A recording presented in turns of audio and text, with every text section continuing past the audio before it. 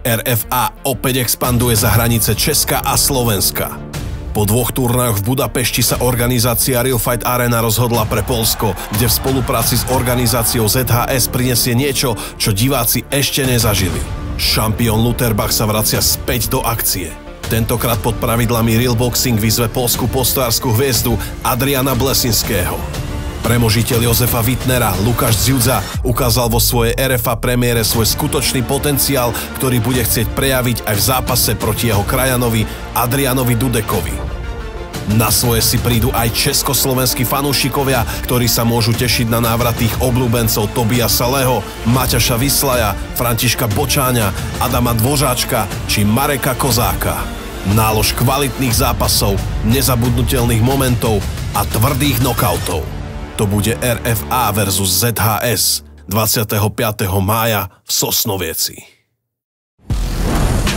Viac zábavy a viac výhier ti prináša monacobet.sk.